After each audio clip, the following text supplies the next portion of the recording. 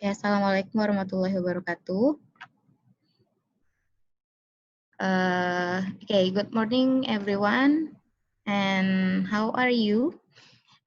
We hope that we're all in a good condition. And although we know that this is a very hard situation, but we hope that we still keep our hope and we always keep our positivity. Before we start our session, maybe we will wait until how many participants that will join in this session. Host, maybe can answer this question. We will wait or we want to let it just, okay, we start now.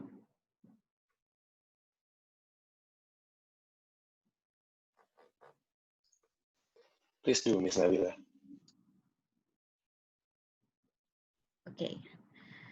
So before we start the session, we would like to say thank you for all your participations. Then you can join in this session. And we welcome Ibu Ririn Septiyani as our speaker. Welcome, Ibu. How are you? I'm good. Thank you. Thank you. Alhamdulillah. Still in WFH ya, Bu ya? Yeah. Okay, very good. Okay. Guys, before we start the session today, on behalf of CEEC, we would like to say welcome to sharing session of CEEC today that will share about one thing that we've already heard before, about planning. Yeah, planning your finance, managing your life. And we also say thank you for all the participants who have given their morning time to learn about new knowledge together. Hope that we can take the good lessons from Ibu Ririn. Okay, before we introduce the speaker today, we need to inform you that this session will be more relaxing. So we hope you can participate in this moment as well as possible. You can ask some questions or maybe you can share in your experience regarding this topic, how you manage your finance and what can you get from that and you can share to us. And for anyone who want to ask the question, it's feel free for you to write on the Slido that we have shared before. Okay, now without any further ado, let's come to our speaker, Ibu Ririn Septiyani. But before we hear from her about the explanation about this topic, we will tell you about a brief information about Ibu Ririn Septiyani. Maybe host can share the slide or maybe the format about Ibu Ririn Septiyani.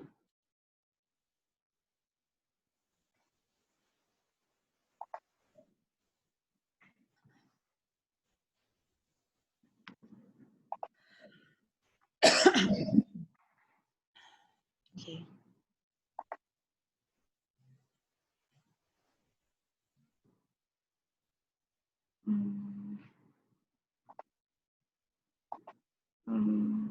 Wait for a moment.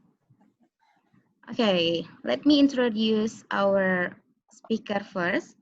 Ibu Ririn Septiyani was born in Seoul, Jakarta on 15 September 1974, and she is a head sections of Multilateral 2 of Directorate of International Customs and Public Affairs. And now maybe our moderator will lead us to tell more about Ibu Ririn Septiyani and let her to speak in the topic.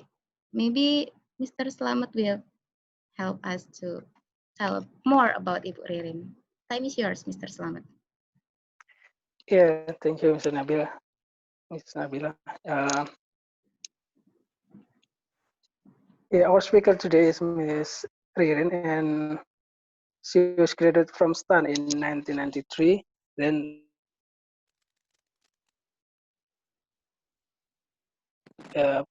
continued her Urbanas in 1997. Then she continued her study into Queensland University of Technology in Brisbane, Australia, mastering in applied finance.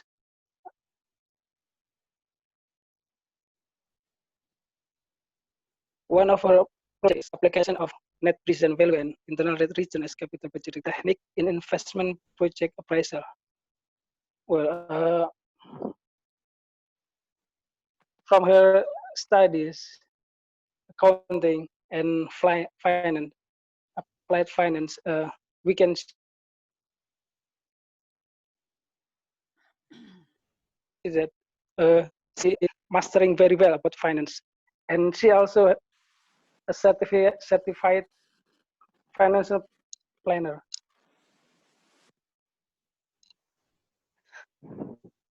Among her role in uh, delivering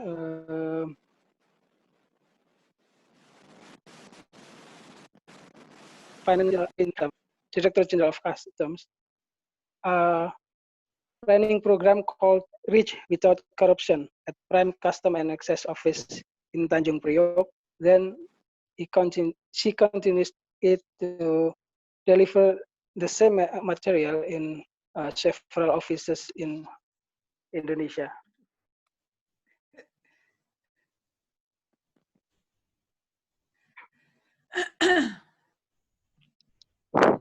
Let's not to wait long, but the material then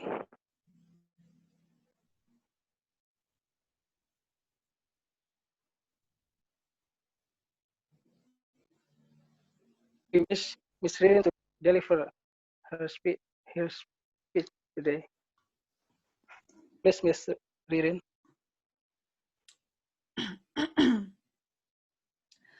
Okay, thank you, Pak Slamet Widodo, for the introduction. Okay, good morning, everyone. I'm very happy to be able to join the Custom and Excise English Club today. And it's an honor for me to be able to share with you about the financial planning. Today, let me share my screen first, okay?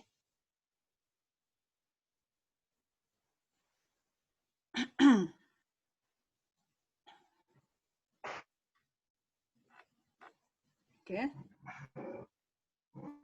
So everyone can see my screen. Pak Slamet, can you see my? Yeah, we can see very clear. Very clear. Okay, thank you. Our topic today is planning your finance, managing your life. Okay, this is actually the basic financial planning that I think everyone should know. Yeah. So when we're talking about financial planning, actually we're not talking about only planning the money. Yeah. When we're talking about financial planning, it's actually it's about planning your future. Okay, that's why financial planning is important. When we are trying to plan our future, then we need resources, right, to be able to achieve our goals in the future. We understand that we have limited resources, but we have so many goals to be achieved. People have so many needs and wants, and sometimes they cannot manage their wants. Well, actually, our needs is limited or not so much, but our wants are unlimited. So to be able to achieve our goals in the future, which we know that almost of those goals needs support of the money, right? If you may think, or maybe you can share with me at the chat, is there any goals or any goals in your life that doesn't need money, to achieve it? Then anyone can say it, can mention it? Any comment in chat room? No? Okay. I think everyone agree with me that we need.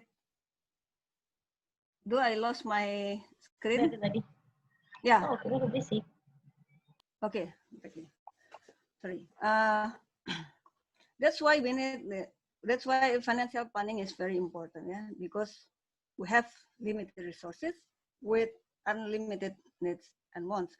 So these limited resources should be managed well in order to achieve our goals. Okay. So what is actually financial planning? Yeah. One of the definition of financial planning is the process of meeting your life goals through a systematic and disciplined arrangement of your personal finances. I'm sure that each of you now already have savings, deposits, or starting to invest. But sometimes when you invest or when you save your money, you don't know exactly what this investment will be used for, right? Because sometimes you just say that, oh, I have balance this much this year, this month, so I want to invest or I want to save. But you don't really allocate this saving or investment for certain purposes.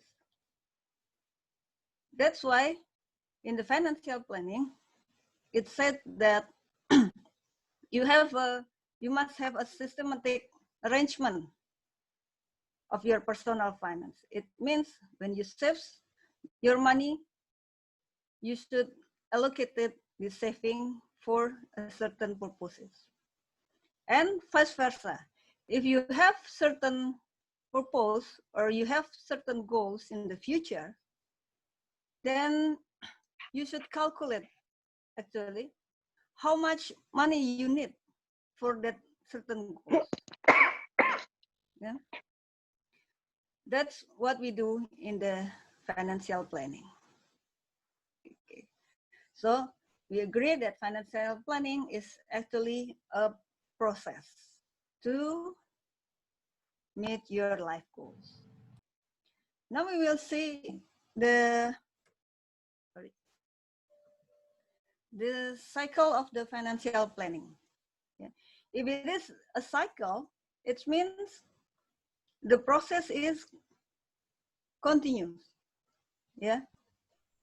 The financial planning process is continue until certain goals are achieved. Okay. Usually we have many goals in our life, and there's possibility that one goal is achieved but another is not achieved yet. So the financial planning cycle is keep moving. The first step is designing your goals. Others may say that when you start the financial planning cycle, you start from financial checkup. But for me, it's better to start with goal setting. You know, for me, goal setting is just like calculating your dream, dividing your dreams. Dreaming is free, so why don't we have some dreams in the future? And we're trying to make our dreams come true. by doing some certain steps in financial planning. But if you start your financial planning from financial checkup, sometimes people see that their financial condition is not good enough. Then they stop the cycle. They don't want to analyze the next step of the cycle until they think their financial condition is good. So it won't start anything. Yeah. So I prefer to ask you, when you start your financial planning cycle, start by setting your goals first. Okay. When you set your goals, you have to name what your goals are.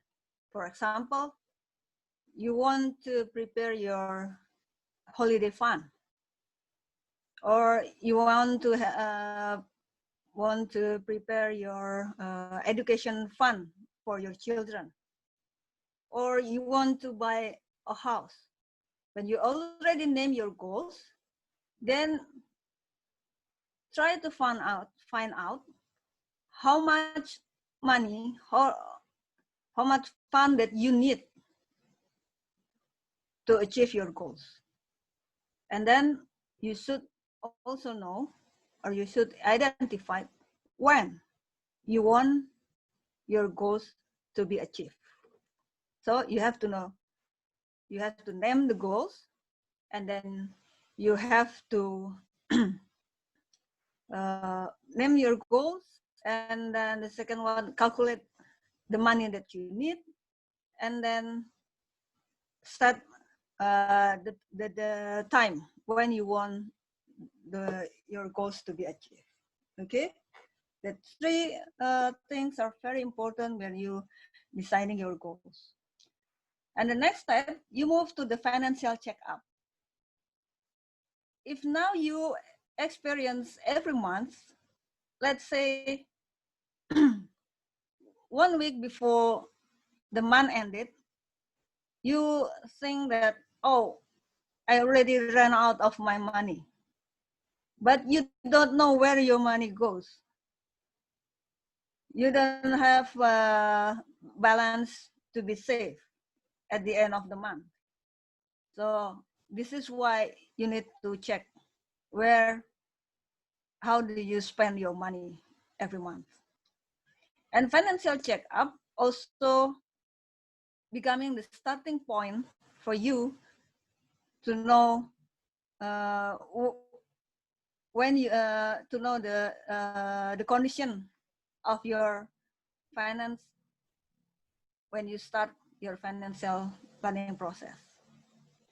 For the young people who just start your working life 1 or 2 years, it's very easy to grab your financial condition. Later on, in the next step, we will see more details on the financial checkup, okay?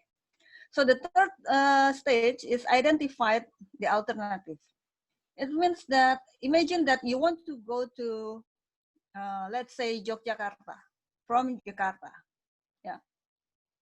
If you want to go to Yogyakarta from Jakarta, you can choose, you can go there by car, or by plane, or by train, yeah. But it depends on at least the time that you have. If you want to go to Yogyakarta in very short time, so you have to choose the plane. But you have a longer time to go there, you can choose car, for example. This is also happen with the financial planning. So if you have certain goals in the certain times, so you have to choose which financial tools that you can choose to help you achieve your goals. There are several choices of alternatives that you can choose, but you have to match it with your goals and with your with the time frame you have. Okay. Then the fourth stages is implementation.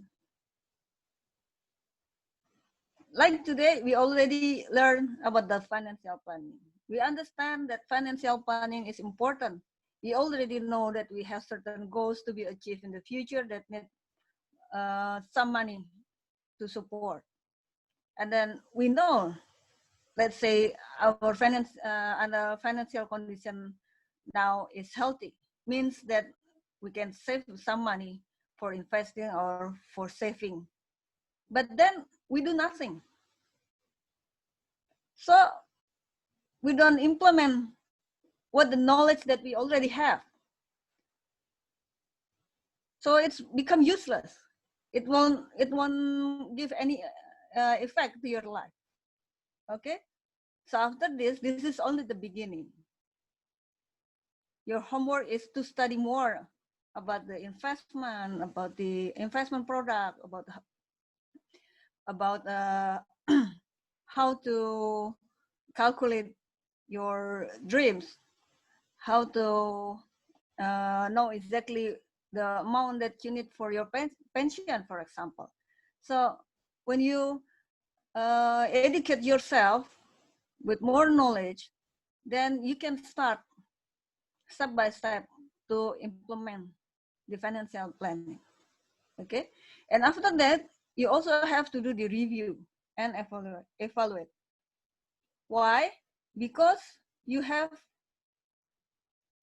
certain targets to be achieved. So you have to know whether you already choose the right vehicles or the right investment tools to achieve your goals. If the progress is not good, so you have to think again whether the investment instruments is already right, or maybe you can choose other instruments that can serve your goals better. Okay. Now we can go into details to each step that in the financial planning cycle. Okay, the first one is financial goals. Everyone must have financial goals. Every family have financial goals. Yeah? And the priority for each person or each family are different. But in general, I may say, we can grouping the financial goals like what we see in this slide. The first one is the financial goals of a family.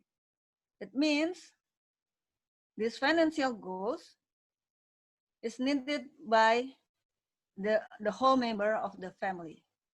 For example, the house, health protection, emergency fund, holiday, vehicles. So every one of the member of the family will need those goals. The second group are the financial goals for the children. The main goals, financial goals for children usually are education fund and wedding fund. We know that the education fund are quite expensive in Indonesia. Although we still have many choices, but in general, if let's say people in Jakarta want their children to study at the private school, then we know the standard of the education fund needed, right? Or even if some people may choose international school for their children, the cost is much more higher. Yeah. And for the parents itself, the financial goals that usually need is life insurance and pension plan. Yeah. Pension plan is very important. And in the next level, usually the parents will prepare the legacy for their children. Okay, so these are the financial goals that usually a family or a person have. However, the priority for each family and each person are different. That will make their financial step very personal, because what they want achieve, what the goals that they want to achieve, what is more important for them will be different from others.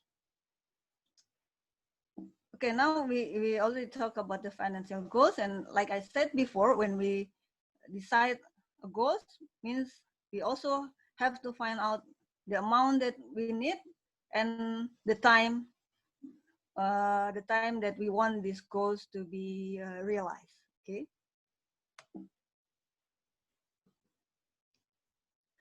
Now the next step is the financial checkup. There are three indicators to do the financial checkup. The first one is the cash flow. The second one is net worth, and the last one is financial ratio. By looking at these three things, we will find out whether our financial condition is healthy or not. Yeah. The first one is managing cash flow. Yeah, this is the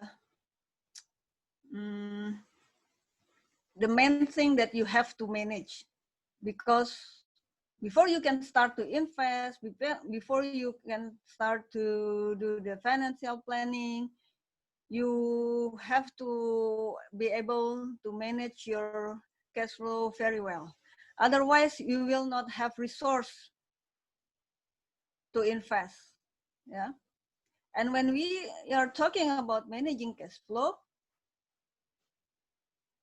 most of us usually only care about the monthly cash flow. While in fact, we also have the annual cash flow that I think in the last 5 years as customs officer, we have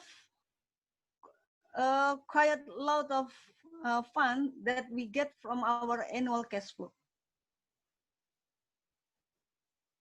If you have record your annual cash flow each year,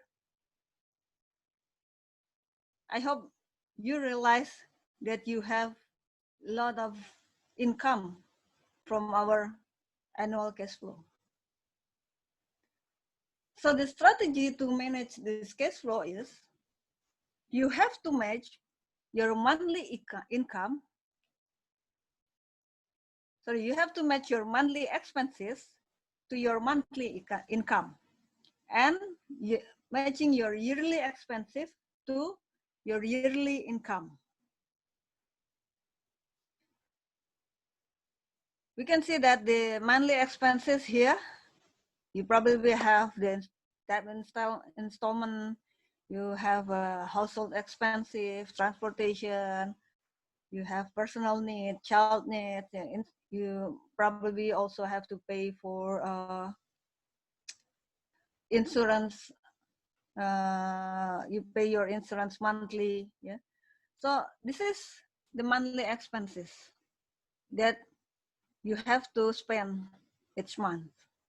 Use your monthly income to pay all your monthly expenses.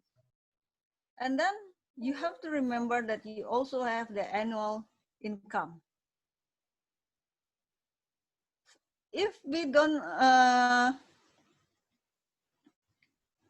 allocate this income for certain expenses, usually we just use this income only for, let's say, yeah, just for fun. I mean, it's like you have a bonus, then you just say to yourself that, oh, I have an extra income, then so let's go for shopping, or let's go to the restaurant, and then let's buy fancy things. Then you forget that actually you have yearly expenses that you know that you have to pay. So from now on, try to note what are the yearly expenses. And then after that, look back at your yearly income, and then you match it. Yeah. For example, you have vehicle registration tax, you have property tax, and also for the Muslims, by the end of this month, we have Idul Adha, and you want to buy kurban. It is better if you use your annual, your yearly income to pay all those expenses. Otherwise, if you use your monthly income to pay that expensive, then your monthly income, it will reduce the allocation that usually you use for monthly expenses. Yeah. So it's better to use yearly income to fulfill your yearly expenses. Yeah, because I think our monthly, our yearly income now is quite a lot. Okay, and we also have to change our mindset in managing cash flow. Yeah, just like Warren Buffett said, do not save what is left after spending, but spend what is left after saving. If you look at this column here in the left side, yeah, this is what we usually do when we have our income this month, and then maybe if we have a loan, we pay our loan, and then we spend for our monthly expenses. If we have the balance, then we save it or we invest it. But how if we don't have the balance this month? So we'll do it next month. How about if next month we also don't have the balance? We will do it next month, the next month. When it's happened again and again, then we will never start to invest, or we'll never start to save, right? So what we have to do, if we change the way we manage our cash flow. So every month, when you receive your income, and then if you still have loan, pay your loan first, and then after that, you allocate at least 10% of your income for saving or investing. Why I said it's 10%? Because later on, if you calculate your goals, then actually, usually 10% is not enough. 10% investing each month will not enough to be used to achieve your certain goals. Yeah, but at the beginning, as the beginner, that's fine. 10% is fine. At least you start to have certain saving or certain investing each month. Then after that, when you already pay your loan, and then you allocate for your investment, in this investment, don't forget you invest for what? For your current life and for your future life. It means that you also allocate for infak or sedekah or for zakat, yeah, or for the non-Muslim for perpuluhan, yeah. So please make sure that you invest for your current life and for your future life, yeah. And after that, the rest you can use it for your daily expenses. You don't have to worry again about the balance. You may enjoy your money, you may enjoy your income, yeah. But first, you have to allocate it for your saving or investment. How do you use this allocated income?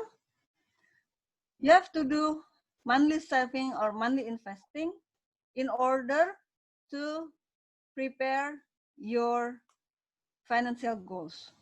Yeah. So let your money also work for you. Not only you who work for the money. By saving your money, by investing your money, then you let your money work for you. Otherwise, it will be very hard for you to prepare the fund needed to fulfill your goals. Okay.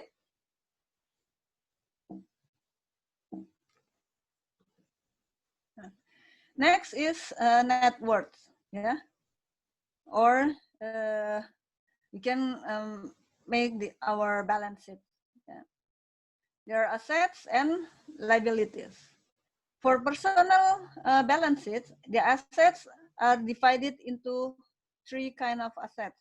The first one is current assets, investment assets, and use assets. Then we calculate how much assets we have. The sum is the total assets we have. And then we also calculate how much liabilities we have. It can be divided into short-term liabilities, like credit card, consumption credit, yeah, and other debts that should be paid under 1 year. It considered as short-term liabilities. And the long-term liabilities are the debt that have repayment term more than a year. Then we sum all the liabilities, and then we see the difference between assets and liabilities. That is our net worth. Yeah. For everyone who have responsibility, or each year you make the report to the KPK, I think actually you make your own balance sheet each year. You just don't realize that you make it, yeah. But if you too lazy to make your own balance sheet, when you make the LHKPN, yeah, actually you make your balance sheet, and you can find out after a couple years you work how much net worth you have. For others who just work less than 5 years, it's not, I think it's not too difficult to make it, yeah. And it is very good to have this, to calculate this net worth, to find out later after 1 year, after 5 years you work, what is the growth of your net worth. Okay, this is the net worth. And then next one is the financial ratio, yeah. This is also important for you to see how healthy your finance, yeah. Because just like I said, when you firstly you have to manage your cash flow, and then the second one is you calculate your net worth, and then you also would like to see your financial ratio. The first one is debt to service ratio. Debt to service ratio is actually, if you have loan, how much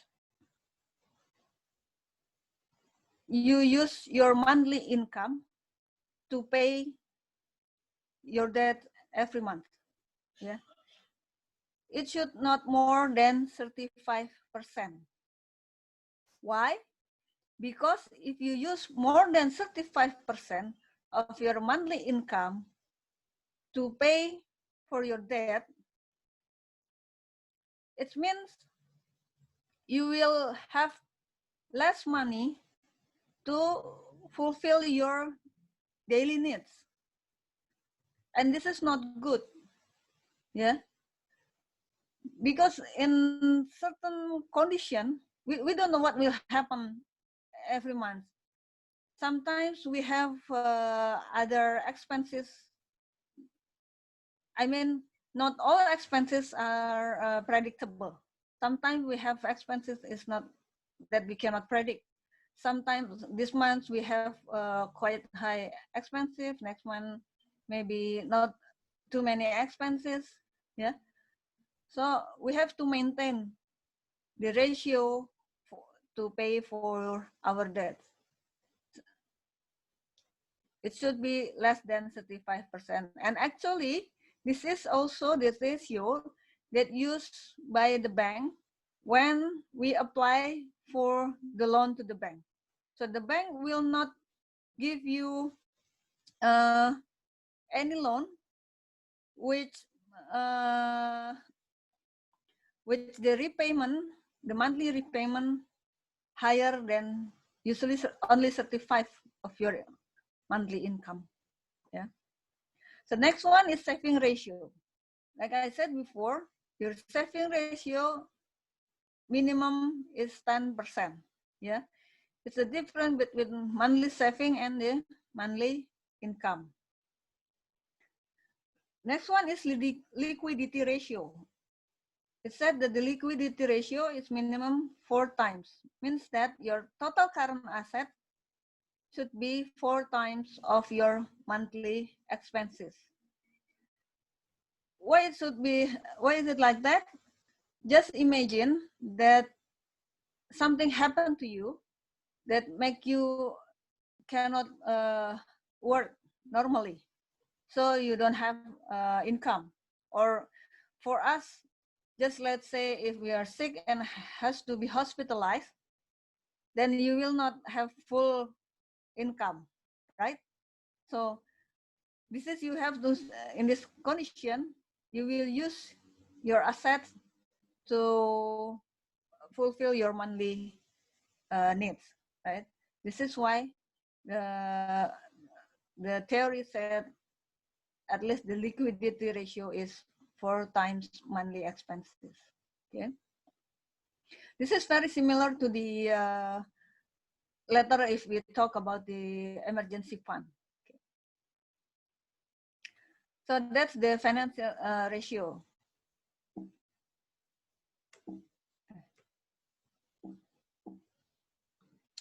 Yeah. Next is emergency fund. Okay. Emergency fund is used only during emergency situation or for emergency needs. What I mean by the emergency situation, if we talk about the emergency situation, it means that the income is in the emergency condition. Just like our friends outside the outside customs who affected by the pandemic, when their office closed, so they don't have any income, it means they are in the emergency situation, right? For us, we are very blessed that up to now, actually, we are not in the emergency situation. If we look at from the income, our income, right? We still have our take-home pay just like before, right? Although we don't know how long this condition will be changed or not, right? And another thing is we use the emergency fund for emergency needs. It means even in the situation, in the normal situation, we allocated some money for our emergency needs. What's in emergency, the example of emergency needs? For example, when our parents is hospitalized, then we have to support our parents. I mean, we are not in the emergency situation, right? But we have emergency needs. So even in the normal situation, we still need emergency fund. That's the point, okay? So how much emergency fund that we need? In the normal condition, I mean, not in the pandemic condition, this is the theory how much emergency fund that we need. For single, it's 3 months of the monthly expenses. For married with no child, six times of monthly expenses. Married with 2 children is 9 times of monthly expenses, and married with more than 2 children is 12 times of monthly expenses. But look at now, in this pandemic situation, if we only have emergency fund for 3 months, and we are in the condition where, let's say, our office is closed, is 3 months emergency fund is enough? No, right? Because at least now we are already in the 4th month of the pandemic situation. So when we learn from this situation, we know that emergency fund is very, very important. Yeah, then we have to prepare this emergency fund before we are in the emergency situation, right? So even now that we can say that we are not in the emergency situation yet, yeah. Hopefully we will not go there, right? Nobody wants to, nobody expect that our salary will be cut by the government, right? So let's say we are now still in the normal situation. If we look at our income, so we still have time to prepare our emergency fund. Okay. So where should we put this emergency fund? The emergency fund should be put in the risk-free instruments and easily used, but make sure do not put your emergency fund in the same account as your daily account. Why? Because emergency fund is actually quite loud, right? If you put it in your daily account, then you will feel that you have a lot of money. That it will trigger you to spend more, right? It comes in your subconscious, yeah, because I think I have money, so it puts yourself to, I can spend more.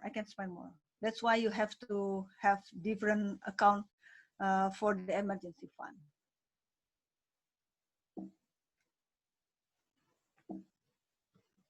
Okay, now this is the third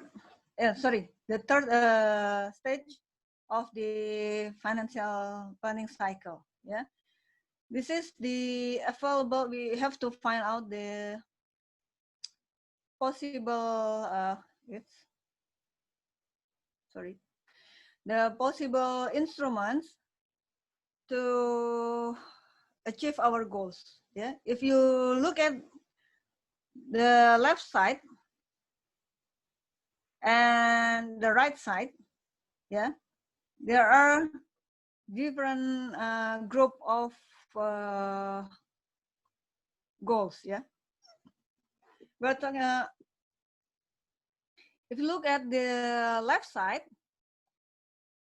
this is actually the things that we know it may happen, but we want to avoid it. So for this kind of situation, we need protection. Okay, so we want we want to lower our risk by buying the insurance product, right?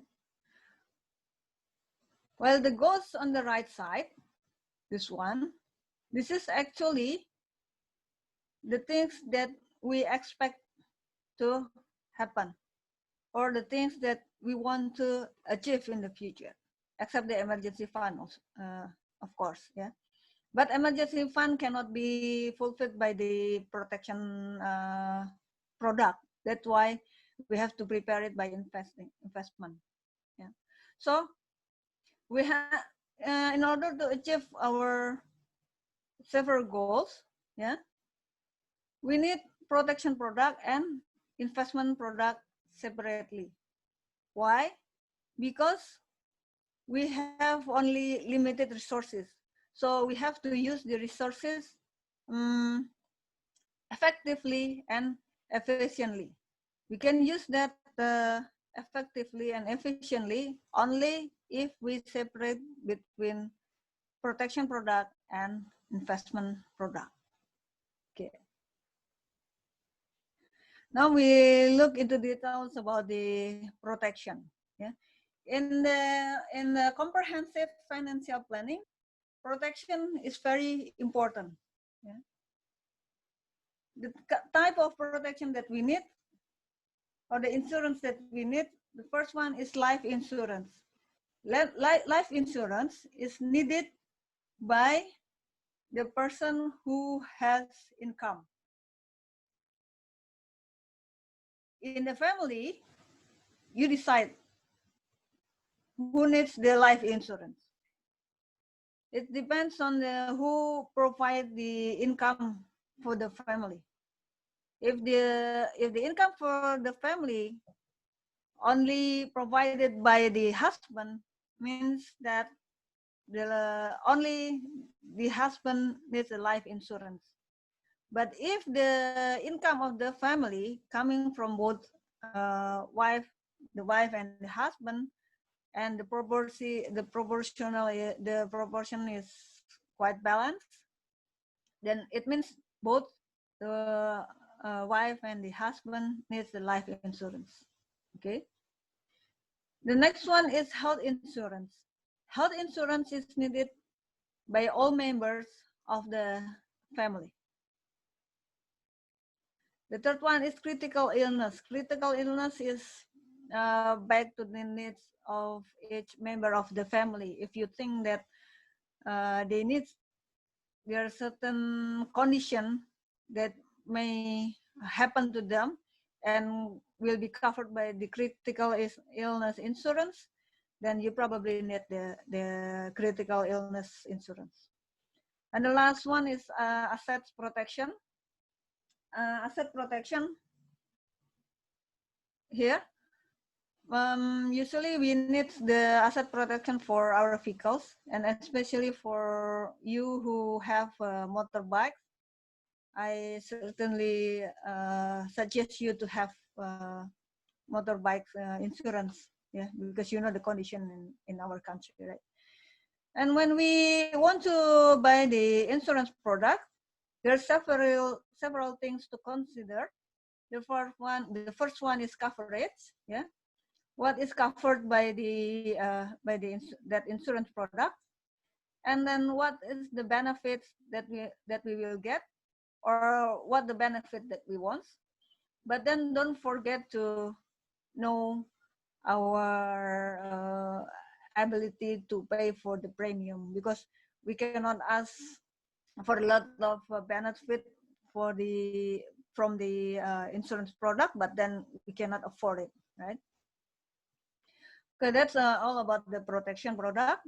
And then next is about the investment product. Okay, there are so many investment products around us, and we can choose which one is the most appropriate for us in order to achieve our goals. If you look at this slide, you can see I put the investment product based on its risk. Yeah, the lowest risk is saving or deposits, and then reksadana or mutual fund. They have different kind of. They have several types, and each type have its own type of risk. And then there's also gold, and then there is a stock and bond. Yeah, anyone buy the Ori 017? Yeah, it's also a good type of investment product. And then property and also business. If you ask which one is the best investment product, it depends. It depends. It depends on the goals that you want to achieve, because different goals will need different investment product. Okay. So again, when we talk about the investment, we have to know the basic principle of investing. Okay. You have to know the principle of low risk, low return, and high risk, high return. So if there is someone offer you an investment product, and he or she said that investment product have high return with a very low risk, you have to be very careful, because usually the fact is the risk is very, very high. Yeah. So the concept of investing is always low risk, low return, high risk, high return. Okay. So if you want to choose the investment product here, you have firstly look at the goals that you want to achieve, and then also look at the time frame that you have. Okay. The same goals. If you can see here, let's say the education fund, yeah, for if you have a children, a baby one, yeah. So for the education fund that should be achieved in the short term, have different choices of investment product with the education fund that you need for long term, for example, right? Because if you need for the education fund in the long term, you may invest in the higher risk of investment product compared to the education fund that you need in the short time. Okay, that's why you firstly have to decide your goal before you choose the investment product. And it's also you also have to think your own personal risk appetite. It means, are you a risk taker or you are a risk avoider? Yeah, it also will it will also make you different decision in choosing the investment product. Okay. Now it's about the debt management. In the financial planning, you may have debt, yeah, but you have to know your ability to repay the debt. Okay, so debt is divided into two types. The first one is productive debt, and the second one is consumptive debt. The productive debt, usually you may use 30% of your monthly income to repay your productive debt. The type of the productive debt are mortgage loan or car loan. Yeah, it's considered as productive debt. And the consumptive debt is like a credit card debt, and you know the KTA, ya, kredit tanpa agunan. It's also considered as consumptive debt. So if you already allocate 30% of your monthly income for repayment your productive debt, it means you only have 5% of your monthly income to pay, to be allocated to pay your consumptive debt. Yeah. But if you said that you want to use 35% of your monthly income for your productive debt, it means that you may not take any consumptive debt anymore. Okay.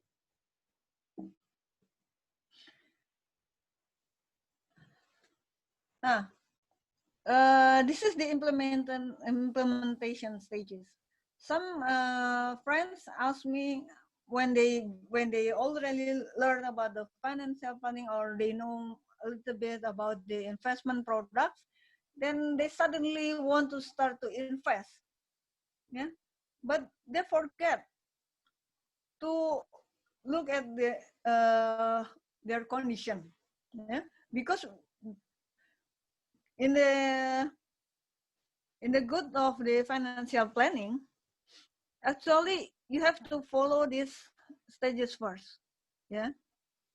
So the first one, you have to free yourself from the consumptive loan. Yeah. Because usually the consumptive loan have a very high rate. Okay. And then the next one is you may have healthy cash flow. I think you know, you already understand that without the healthy cash flow, actually we don't have fund to be invested, right? And the next one is emergency fund.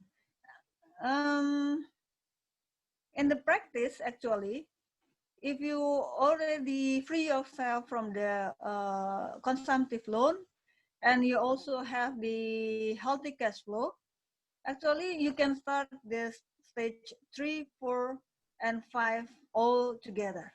Yeah, because if you wait until you have enough emergency fund before you start to invest, then you will run out of time. So usually we can start the step 3, 4, and 5 all together at the same time. Although it means that your investment maybe it's not all, I mean the amount not enough for all the goals that you need, that's okay, but at least you already start to invest and you will not run out of time. Okay, now we already know the cycles of the financial planning. We already know the implementation stages. The next question is, when should we start to invest? Yeah, you can see here the first row is about the age. Yeah, and this is the investment return. If you now I give you time to look at this table. Yeah. So what is the difference actually that can cause this result? You see, if you start to invest, yeah. Time, age. Yeah, the time. Yeah. When you start your investment very early at the age of 22, yeah, compared to when you start your investment when you at 42, yeah, with the same monthly investment, yeah, with the same rate of return, look at the investment return that you have. Yeah, when you start at your early age, the result will be 45 times. While the investment fund needed is only different 2.25 times, right? Then now the number will not lie, right? So it's up to you when you will start to invest, okay? And the last stage of the financial planning cycle is monitor and evaluate. Just like I said before, that we have the expected return from our investment or our plan. So we have to look at least each year, what is the actual return that we get from our investment, yeah? And then the second one is to look at our actual return compared to benchmark. It means we want to know whether the product that we choose have the good return or not compared to the other products. Yeah, if we invest at the financial market, means that we compare our return, our product return, to the indeks harga saham gabungan. Yeah, okay. I think that's the end of my presentation. I hope you have additional knowledge about the financial planning, and you understand why financial planning is important. Okay, I back to Pak Slamet. Thank you. Thank you very much, Ms. Ririn, for the very inspiring speak. And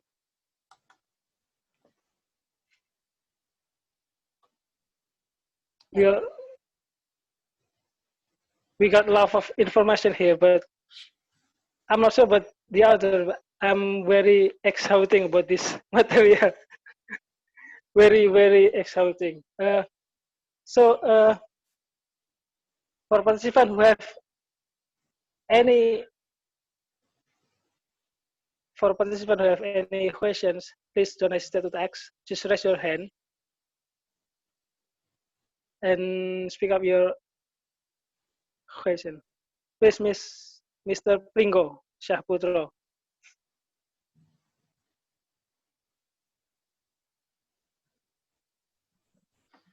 Hello, Assalamualaikum everybody. It's very inspirational talks. I just want to ask Mrs. Ririn,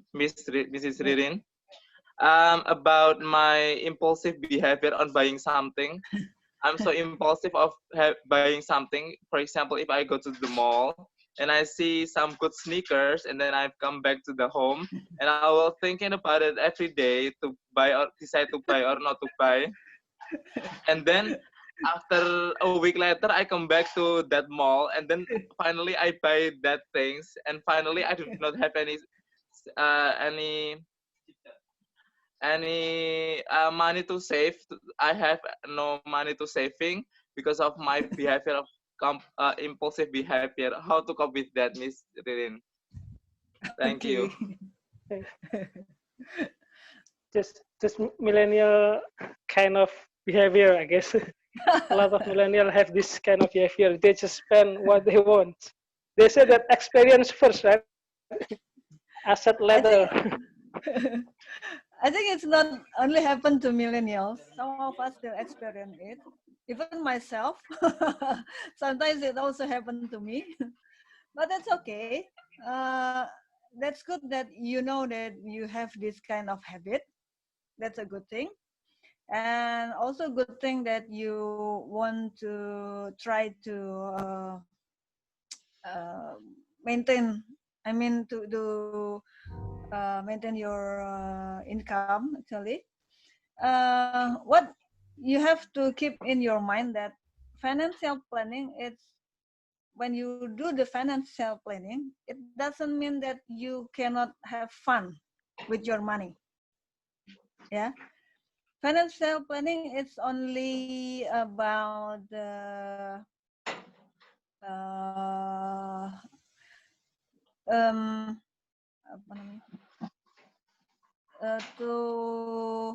postpone your fun today to enjoy it in the future, right? So in this for the Pringo, yeah, Pringo case, Ringo. yeah, what I can suggest to you is just allocate your money. Yeah, allocate your monthly income. Firstly, for saving, and also you allocate your monthly income for shopping. Yeah, you may allocate you may have your shopping fund. That's okay. That's okay. The thing is, please be commit. For example, if each month you allocated 500,000 for shopping, yeah, but then you go to the malls, then you see the sneakers cost 2 million, you cannot just buy your sneakers directly. So if you want to buy that sneakers cost 2 million, it means you have to wait for 4 months, right, to buy that sneakers. That's okay. That's okay. That's okay to have shopping fun. The thing is, you have to allocate how much you can allocate each month for your shopping fund. And then when you have things that you want to buy, look at your shopping account, how much you already have there. If it's available, then go for it. But if not, wait until the amount is enough. It can be a problem for you if you don't commit to it. You only have, for example, this month only 1 million at your shopping account, but then you want to buy the sneakers 2 million this month before the allocate money is available. What do? Then you take your allocate money for your investment. That's not good thing, right? So my suggestion is make account for the shopping and commit to it. Okay. Oh, good. What if we have limited shopping money for it, but when we go into mall and we see the goods that we really want it, and it at a bargain price. It at bargain price, and they offer like, let's say, 12-month installment. That's very impulsive. What do you Yeah, mean? Sometimes we think that apa ya? What is the name of the sale, yeah? Sale. Jakarta sale, yeah? Jakarta sale. Okay, let's say that the Jakarta sale is very tempting, right? But sometimes, actually, some people really wait for this time, for the, let's say, for the Jakarta sale. Why? Because they know that certain goods is actually have a very good price during the Jakarta sale. So put ourselves from different point of view. The sale can be make us the impulsive buying, but at the other side, actually we put ourselves to wait until the sale comes. Do you get my point? Yeah. Sometimes we said, no, I won't buy now, but I will wait until the sale time is coming, right? So we can say that the sale time is make us impulsive, but on the other side, actually we wait we ask ourselves to wait until we get the sell time, because the price is good.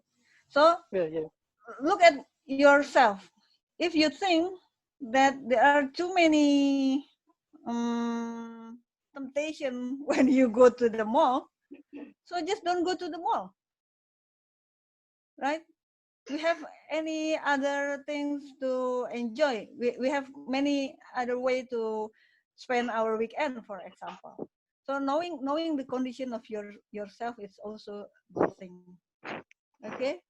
Yeah, that mall now, like now is not very dangerous. Okay. But the dangerous one is when we scroll Online over the shopping. internet. Yeah, when we scroll over the internet, we see that the price is at bargain. We don't have Yeah. enough money for it, but they offer 12 months installment. Okay. Okay. So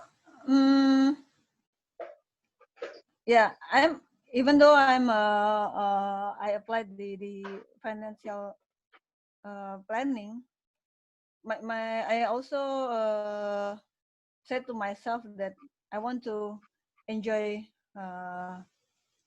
my life. Yeah, I mean, when you get your income, it is your right to enjoy your income. Okay, so now look at again to your income and be wise. If the goods at the online shop, the condition is just like you said, then now you have to be very, very wise to think whether you really need that goods or not. Okay. So if you really need that goods, then it comes, and the price, the discount price is good, and then the installment you don't have to pay for the with no interest, yeah, 0% installment usually. But you have to be very careful, yeah, because usually even though it is 0% installment, right, but usually you have to pay for the upfront, yeah, the upfront one. Usually they have different price with if you pay cash price and the installment price. But at least you know how much you have to pay for the difference. Yeah, not the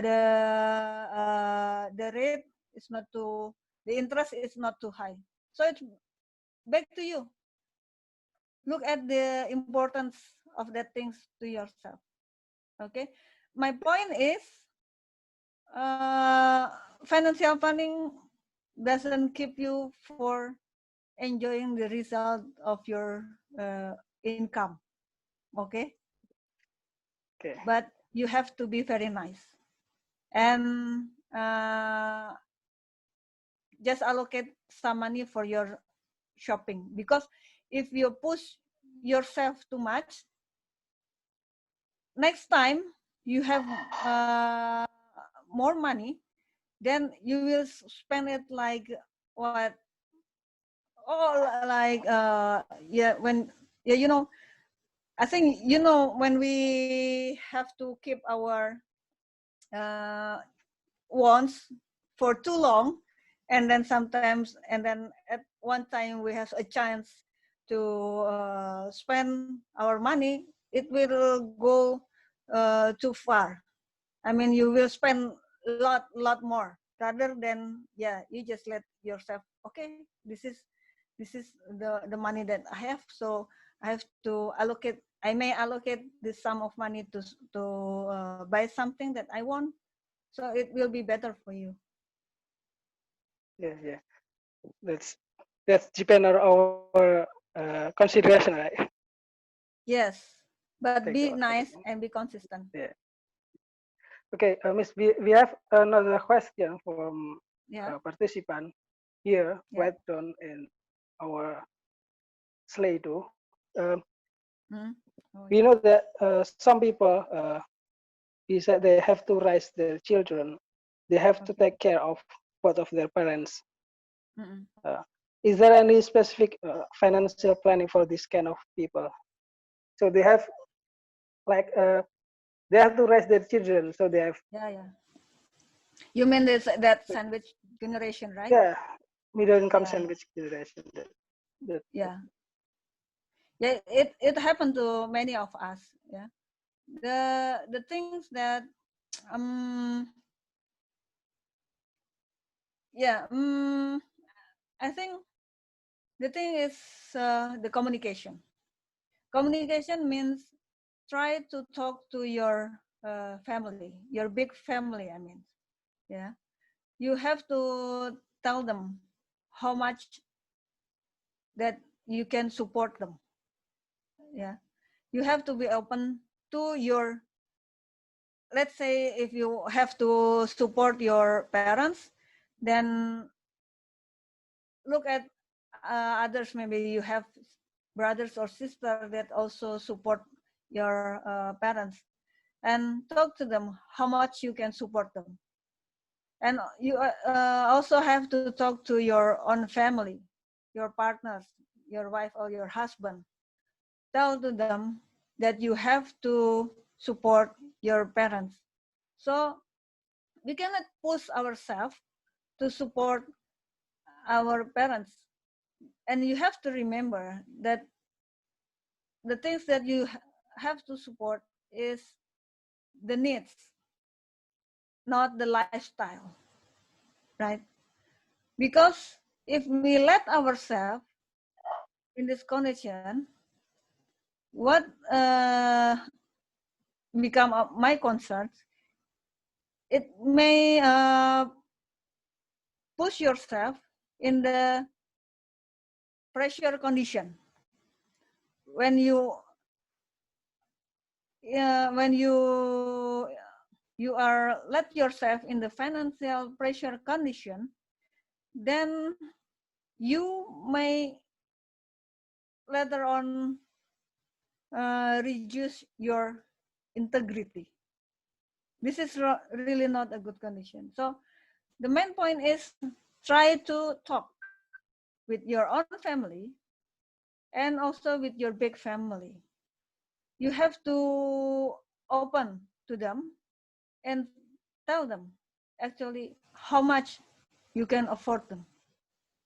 That one thing. And the other thing, if still possible for you, if you want to have additional income without bothering your current job or current task, it's also possible. Yeah. But the thing is, you have to talk.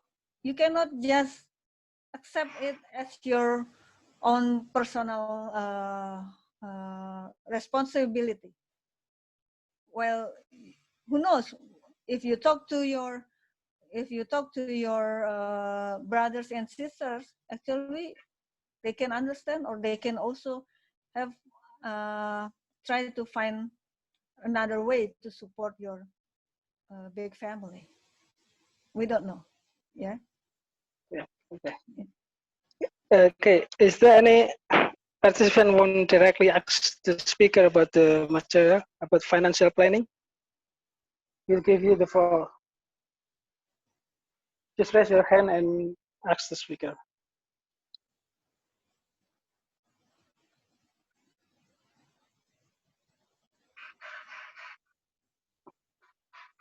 Ms. Ririn, there's another question from our Slido that Okay. I have invest 10% from my income every month to invest. Okay. Now I have reached my emergency fund. Then Okay. how many percent that I need to invest now? Okay. So it means that you already have your emergency fund, Yeah.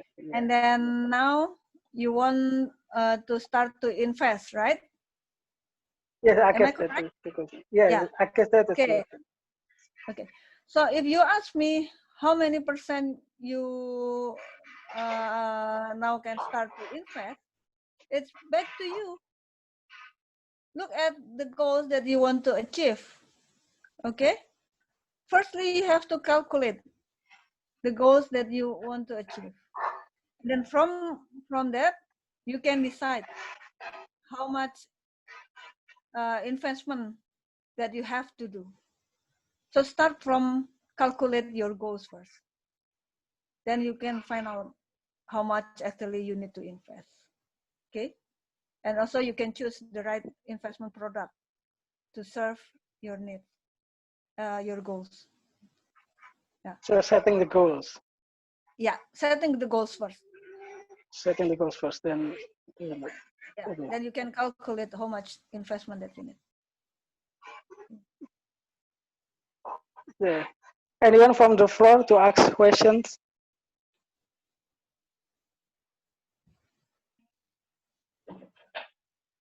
Pak Cahyo? Okay, Ririn, thank you for your presentation today. It gives us enlightenment about our financial problem.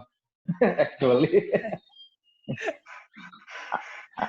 I want to ask a question because for this period, as long as I work, I just saving sporadically. So yeah, usually I just save my money in maybe in gold or some in reksadana, but I think that's rather safe. I think that was a safe investment, but after I hear you that we have to have some emergency fund, I have to think again about my priority in my financial.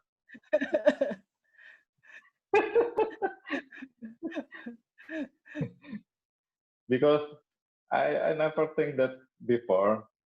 So maybe we have to, maybe just not me, but we all have to think about how to provide our emergency fund. Yeah, because we don't want to anything bad happen to us, but if that happen, the bad thing happen in our life, we have to prepare that. So our financial is not morat marit. Yeah.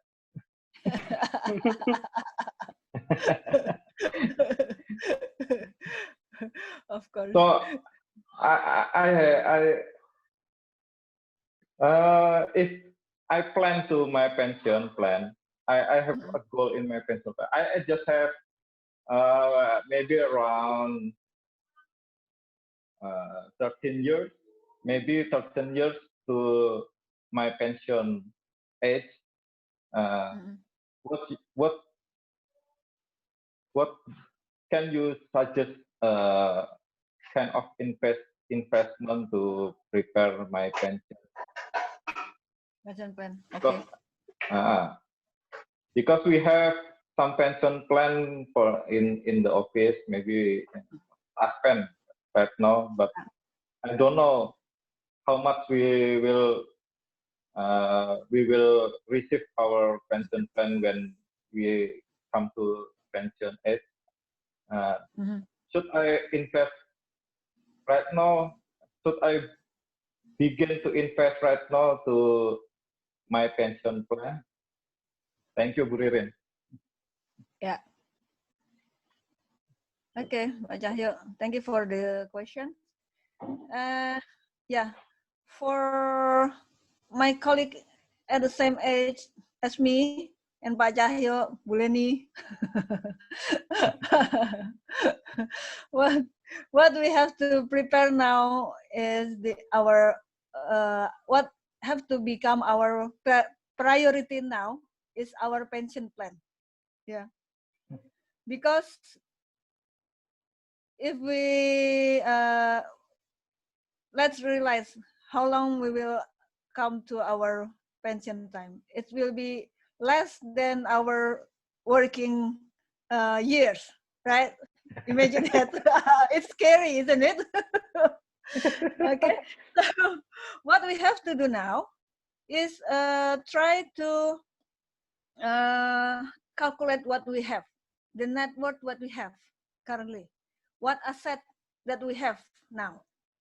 And then we also calculate the pension fund that we need. Okay? Based on that, then we will find out how much we need for our pension plan. So we have how much that we have to provide, and then now we know how much we already have. I mean, if we now we have assets, then just which asset that we want to allocate as our pension fund. Okay, then from that we know the difference.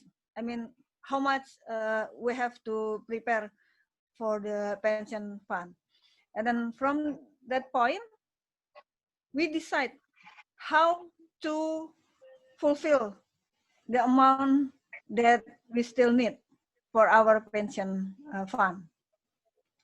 So if your question is how much we will get from the tax pen,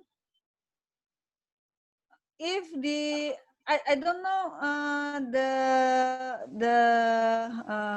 you know, actually with the BPJS Ketenagakerjaan, actually even the ASN have to join the BPJS Ketenagakerjaan.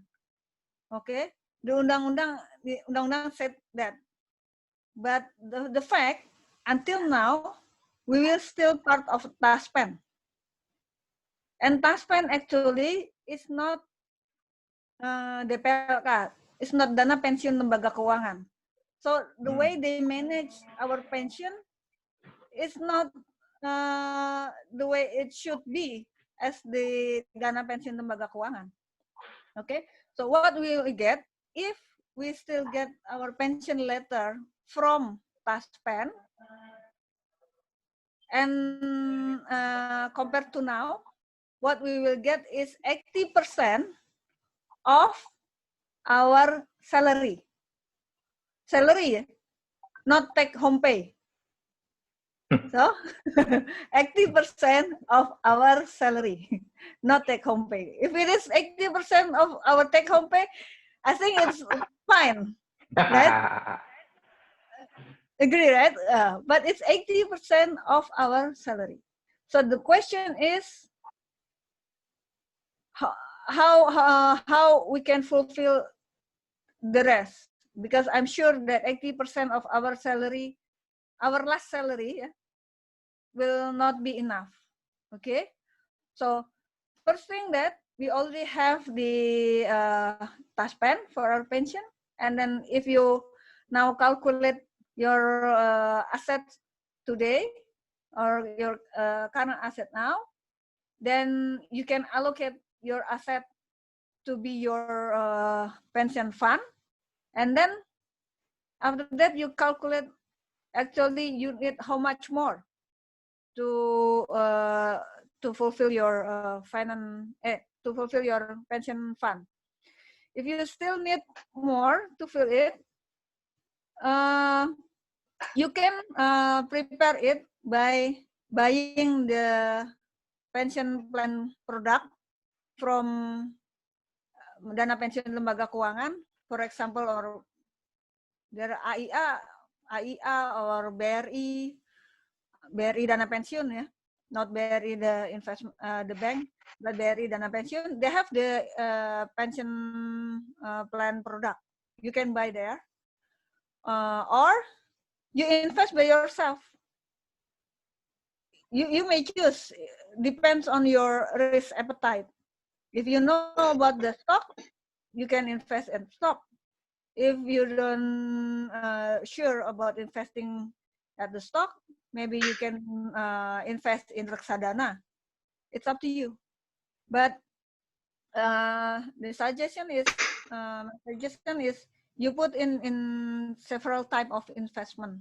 That I think it will be better, because if you buy the PLK product, you can choose the what they call it, the manfaat pasti. It means, you know, if I want when I get pension, I want to get certain amounts every month for the certain times during my pension time. They can give you the product that can serve your needs. Okay, so to add more to that, you can invest by yourself. It's also possible. Okay, but firstly, you have to calculate how much you already have and how much actually you need for your pension plan. Okay, thank you, Bu Ririn. Yeah. Okay, thank you, Ririn, for the explanation. We have so many questions here in Slido. You have to pick it up, cherry picking the question because there are so many questions here. This one, you know that we are in the Ministry of Finance have a great sum of remuneration. I guess Darlene want to ask a question, but we have to continue this first. We have a great sum of remuneration, but sometimes we need to survive just only a part of it. Let's say just left 2 million a month from our monthly income to spend on grocery and food. Is it still possible for us to spend just 2 million from our income to grocery and food? Okay. Yeah. You know, usually people, I cannot say the certain Preference. amount, yeah, like that. But usually with the increase of their income, people also increase their lifestyle. Lifestyle here means it's not only the fancy thing that you buy, not only that, but also the preference of the food that you eat. It's also changed when your income is changing, right? No, it's So not worth it anymore. yeah, that's right.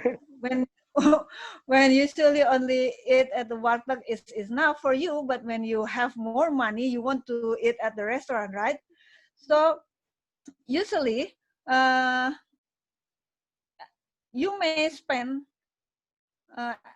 until 50% of your income for your daily needs. I mean, like food, groceries, clothes, but the clothes is, I mean, the primary clothes, ya, not the clothes for your bukan buat gaya-gayaan, it means. Nah, you can spend until 50% of your income, your monthly income for your main needs, yeah, but not more than 50%. Usually, that's the suggestion. The theory said that. Okay, so how much is the 50%? It's back to you. How much your income is? Okay. So 15% from our monthly income is for grocery and food. Yes, that's the maximum. Thanks, Miss. Thanks. We have participants from very, very long distance here. I guess 100 million years light, I guess. Darlene, please speak up here. Assalamualaikum, Tata. Kabar. Yeah, firstly, take my apology for the late joining. Appreciation to Bu Ririn for sharing your deep knowledge. Then you just successfully made me a little more scary for preparing the pension after your explanation. Yeah, so I am more preparing an investment later then. So also appreciation to Bu Tunjuk and CEEC. I'm so proud of you all. To join. Congratulations. So I just want to express how much I miss you all. That's the first. I miss you all. Yeah, Budin, Bu Tunjung, everyone here, Pak Cahyo, yeah, as well, Pak Selamat. And the second, regarding about the topic, it's very interesting. Just made me scary this morning after hearing the Bu Ririn speaking about the finance, about how to prepare the investment. Just a little bit sharing my experience being the civil servant. Yeah, it is undeniable. Many people think being a civil servant like us is a good, especially for the assumption of the ordinary people. Many people meet us and always say, wow, you have a very stable income, monthly income. Actually, my experience before going to college and then join the ASN, I never expect to join the government. So I was getting shocked while having the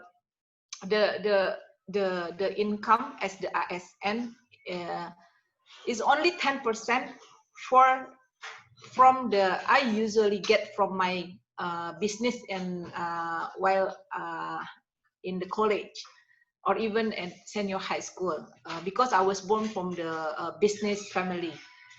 So that was scary to me. Then I think now I will be having such kind of scary one while having the pension then, because I saw very little amounts when we get the pension for the for the salary. Yeah. So scary. So, but when get the remuneration, we should be thankful. Alhamdulillah, it's very fair with our performance as the ASN now.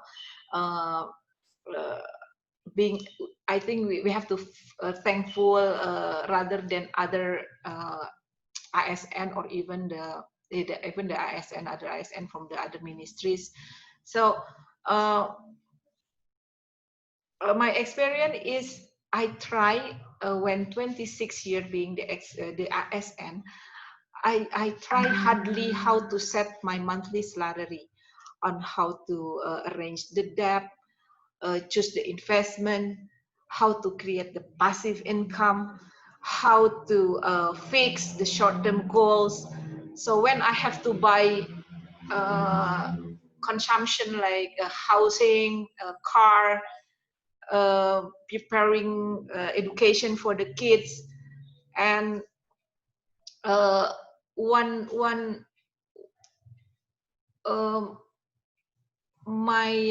of my success key just being the way I am, and then appearing or taking the simple life, the apa adanya, yeah, as simple as life. It doesn't mean that kita kikir or cheap Charlie, but just a simple life. That's the first. But at the moment now, while preparing the investment and after hearing the Bu Ririn explanations, I really now in my urgency as well to prepare how the next I should do the investment. Yeah, I did investment on the property, on the land. Francis, I did once, like Alfamart, and then I closed after 5 years. And then I never tried to invest on the limited edition goods. I never tried with the gold.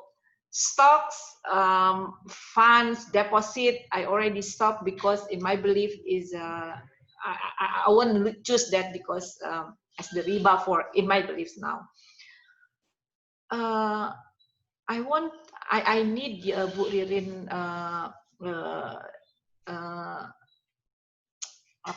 opinion or maybe some advice based on your observation as the certified financial, because your experience on that.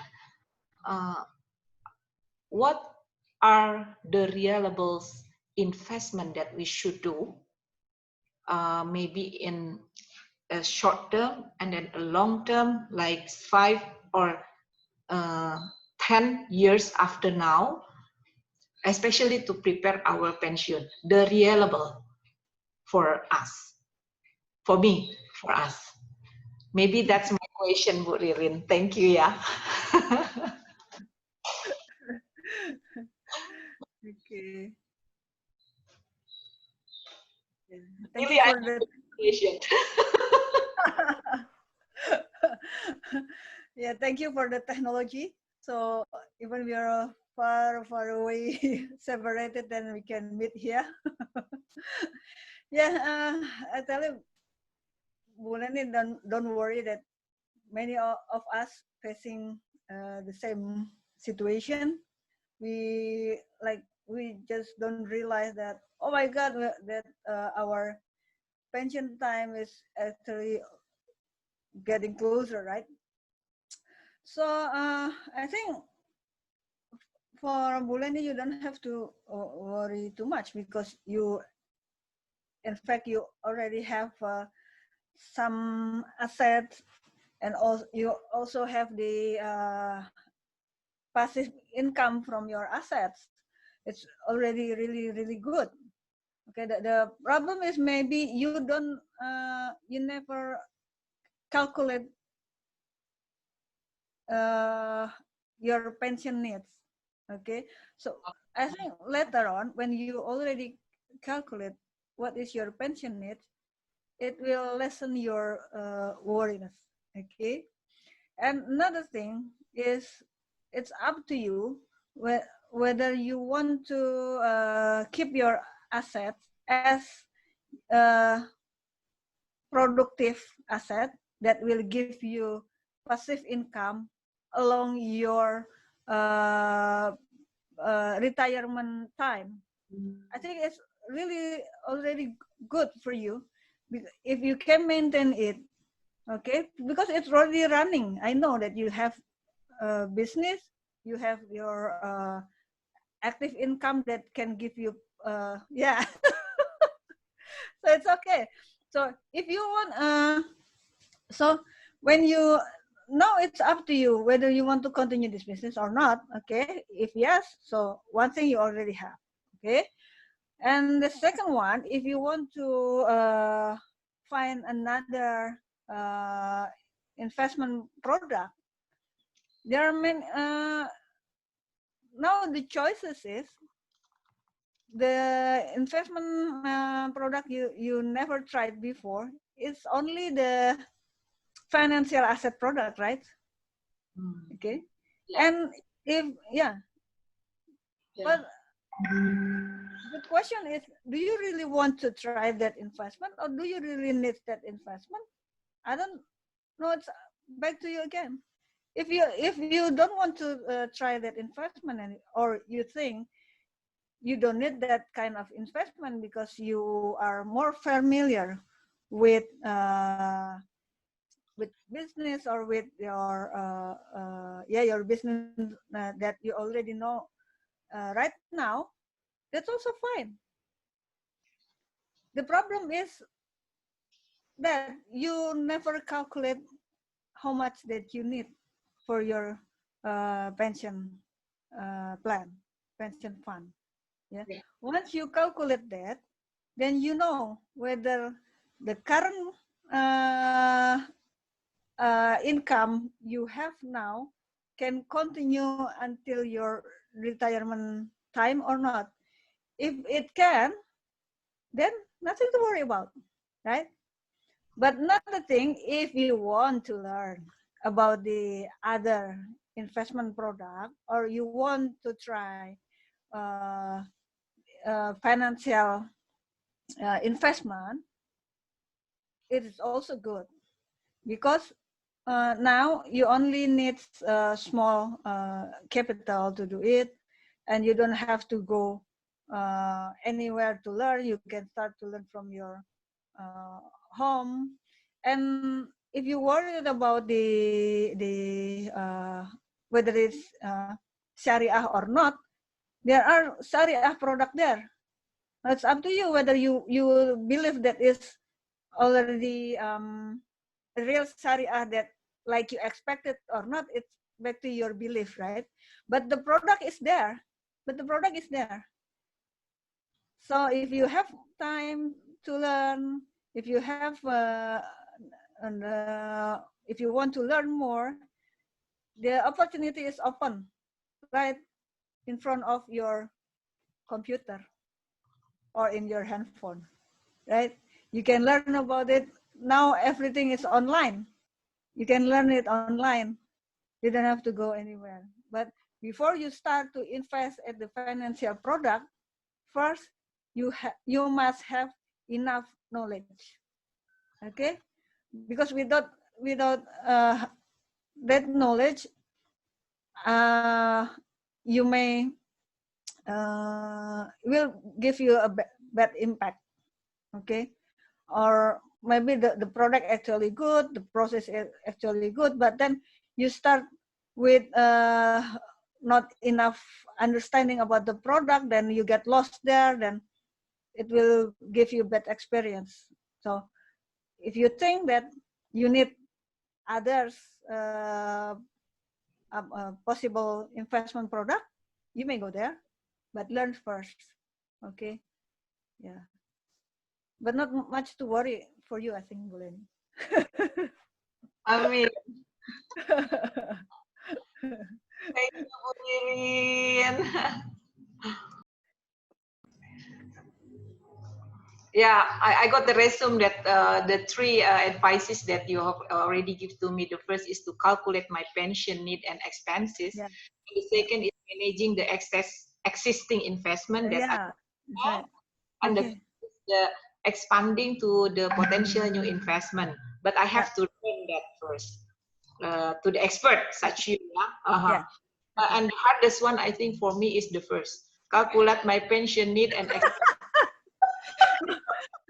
Actually, maybe you can try. Maybe you can try. Some website provide the that the calculating things, financial calculation to calculate your pension need, or your for others maybe the education fund, just things like that. Maybe it's not like a machine. It's such like a machine, calculating machine. Yeah, like a program. Yeah, and then it's free. You can, yeah, at least probably it's not really precise to calculate what you need, because there are some what when you use different apa namanya, rate of return, or you use different inflation rate, the result will be different. But at least you know the yeah, how much. Okay. Forecast, yeah. Yeah. Okay, I try. Okay. Okay, thank you, Miss. Well, discipline is one of the rules in financial planning, but we have already break the rules because we are like 30 minutes past the time allocated for it. But that's okay, because we have very impulsive topic here. And we have to end this session, and we want to please Miss Tunjung for deliver the closing remarks from CECC. Please, Miss Tunjung. Okay, so thank you very much, Bu Ririn, for your excellent presentation. So thank you so much. This is our first inspirational talk, and I think you have delivered it in an excellent way. So yeah, I think most of us have got this financial management or investment management when we are in college, but probably a few of us just practice it in our individual level. So I think your talk is very relevant for us, and you guide us through every step of the financial planning. So thank you very much. I think this is such an expensive knowledge, but we've got it for free from you. So thank you so much. Yeah, and I'm also happy that we get together here. We can get together from all part of the office, customs office in Indonesia, all the way from Maluku. Bu Leni, thank you so much for coming. Thank you so much for joining, Bu. Yeah, and I guess we open for all suggestions, like for example, the next topics or the next speakers. And I think we also give a high appreciation for our speaker, Bu Ririn Septiyani, by giving you a certificate of appreciation. Host, please share the screen. Yes, yes. Oh, thank you. This is our appreciation for you, and then also for Mas Lamat as our moderator that has successfully led us through the Q&A. Yes. And also for all of you, thank you so much for your participation, for your active participation. And don't forget to also join for our next sessions on CEC Inspirational Talks. So we have this schedule. This is a tentative schedule. For example, for the second week, we have Pak Diki Hadi Pratama with the theme Indonesian Customs and International Supply Chains. We have exactly the next week, July 9, and the tentative time is on 2 p.m. And then the third week, we have Pak Tarto, Raden Tarto Sudarsono, which is the WCO experts and a glimpse on enforcement career, which probably all of us are having a curiosity about that. We have still a tentative date on Wednesday or Thursday in the morning. And then Pak Nofransa Wirasakti is scheduled in the fourth week. The theme is tax on e-commerce, July 22nd in the morning as well. Pak Nofransa is well known as the special staff for Minister of Finance. Am I right, Mas Iswandi? Yes. Yeah, that's right, Bu Tanjung. Thank you so much, Mas Iswandi, for giving us. Yeah, never mind. Yes. It's a pleasure to help you. Yeah. And the fifth week, we have Pak Dedi Abdul Hadi, who just finished his study in Japan, talking about optimizing customs facilities on July 29 in the morning as well. So don't forget to join us. We have so many more to come. And also, we are open for your suggestions, any topics, any speakers that you would like, any kind of program. So thank you so much. I think we have a flyer for Pak Diki. Host, please share. I think Pak Diki also joining for today. Yeah. Maybe he may say something. You want to say something about your topic? Yes. To attract the audience. Yes. This is our flyer for the next session. Pak Diki, do you want to say something about your topic? Hi, everyone. Thank you, Pak Diki. Hi, all the way from Pak Iswandi. Yep. Bu, siapa jenengmu, Bu? Bu Ririn, Bu Leni. Bu Tanjung. I think I ever met this guy, but I don't know where. Oh, in Maluku. It's a bit difficult for me to focus. I can't see myself here. Yeah. You have to get used to. But for sure, I continue following Bu Ririn's presentation, but unfortunately I have to do it together with the other things that I need to do at the same time. And I'm now actually in a place not in my office, in other office. So in another office. That sounds dubious. But about the next theme that I was asked by Bu Tunjung to present, hopefully I can manage to prepare the meeting as good as Bu Ririn. However, I'm sure that the main idea about this meeting is not only about the content, but also a media for us to practice our English. And that is very important for me because it's been a while I don't speak English anymore. I speak Josu Bajo now. So syukur dofu dofu, for that means thank you for giving me the opportunity for next week's presentation. Hopefully I can deliver it as well as nice as Bu Ririn's presentation now, and hopefully that will be also as interesting as Bu Ririn's topic.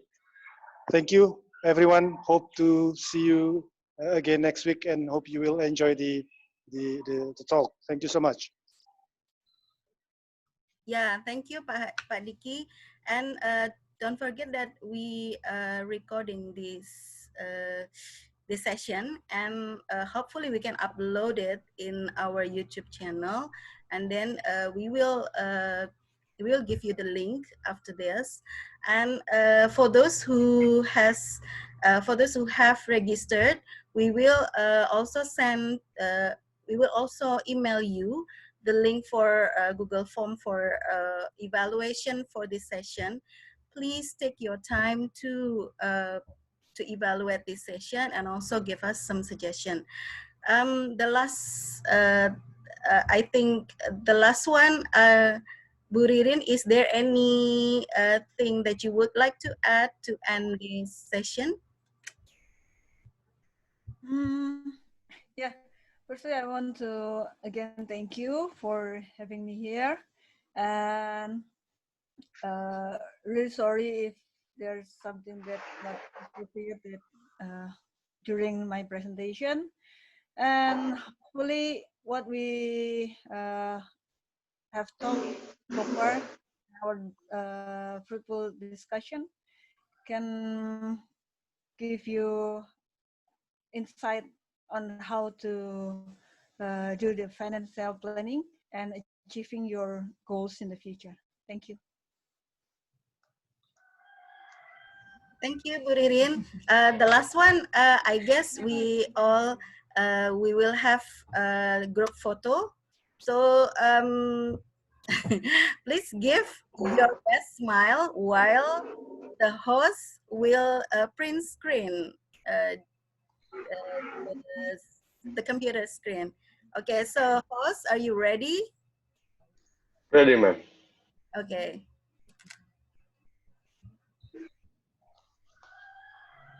So on your count. Okay. Are you ready, guys? Yep. In 3, 2, 1. Yep. Thank you. Oh, is there anybody who want to join? Only one page. Okay. Okay, I get one page. Do you think it's enough? It's only one page. Wait. I think it should be 4 pages. Okay. Let me take another. Ready? 1, 2, 3. Gotcha. Okay. Got 2 print screen. Okay. Is that enough?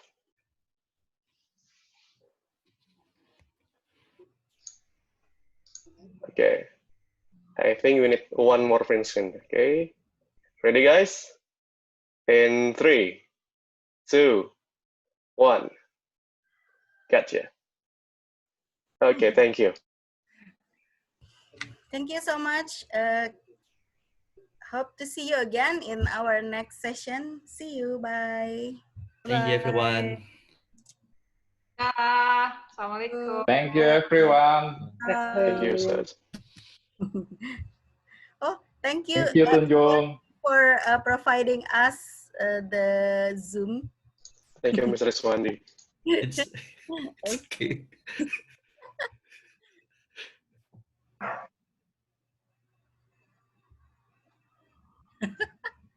Kami take to leave ya. Dadah. Ya, Teteh. Hatur nuhun, Teteh. Sami-sami. Oh, English, please. Oh, yeah, I'm sorry. Huge many thanks to Teh Leni. Thank you. Tunjung. Yes. Ini junjungan apanya Mbak Tunjung ya? Junjungan. Thank you Junjungan ya. guys. Ya. Mas Wandi, Mas Slamet, Mas Didit. Oh ya, Mas Didit ya, our host. Ya. Well, yes. Randy, please don't forget to email the questionnaire to the one who has registered.